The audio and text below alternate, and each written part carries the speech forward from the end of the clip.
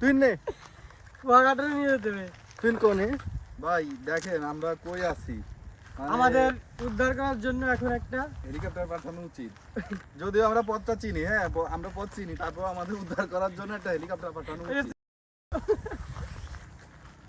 তো হ্যাঁ ভাইয়া, আমরা এখন আছি দেখেন ঝাউবনে। কই থেকে আমরা বেরোচ্ছি দেখেন ভাই, এখানে সমুদ্রের যে বাতাসে একটা ডাক, তাই কি দেখতে পাচ্ছেছো যে কিরম ডাক দিচ্ছে?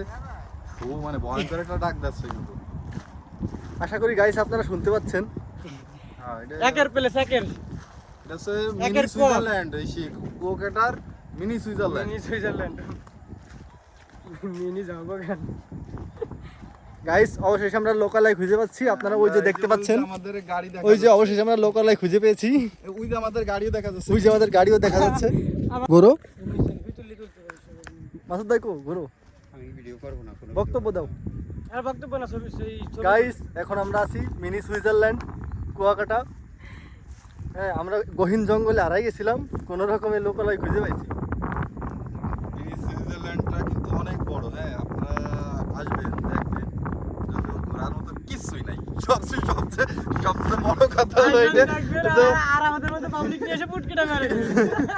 ঘোরার মতো আসলে মিনি সুইজারল্যান্ড খালি শুধুমাত্র নামে, যে এখানে যে যারা রাইডার আছে তারা আর কি ওই যে বলে নিয়ে এসে যে মিনি সুইজারল্যান্ড, যে আসলেই নাকি, কিন্তু আসলে কিছু নাই, খালি ওই যে কটা ঝাউ বাগান মানে ঝাউ গাছ আছে, এছাড়া আর কিছুই নাই।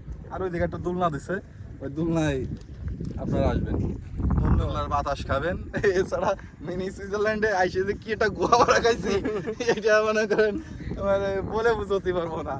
যে খালি গেলে আমাদের প্রায় 20-30 কিলোমিটার পথ আমরা চালাই সেই দুপুর বেলা। এই যে একজন দেখেন, একটু ক্যামেরা পিছনে নাও, আর আমাদের যে সে লুঙ্গির মতো। কষ্টের জ্বালায় সে এখন ওই সমুদ্রের হাওয়া খাচ্ছে, সমুদ্রের বাতাস। এই যে সামনে কিন্তু সমুদ্র, বঙ্গোপসাগর, এই যে একটা চর, এই যে আর কি ওই মিনি সুইজারল্যান্ডের চর, এই যে এটা।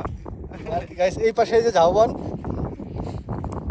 এই ঝাউ বাগানে মানুষ যায় শুধু আবার পায়খানা করতে, এছাড়া আর কিছু নাই ভাই, কিছু নাই। মিনি সুইজারল্যান্ডে ঘোরার মতো কিছু নাই, শুধু আমরা এত কষ্ট করে এনে আইছি। তো চলো ওই জায়গাতে আমরা একটা লেবু শরবত খাই ঠান্ডা, এছাড়া বলার মতো আর কিছুই নাই।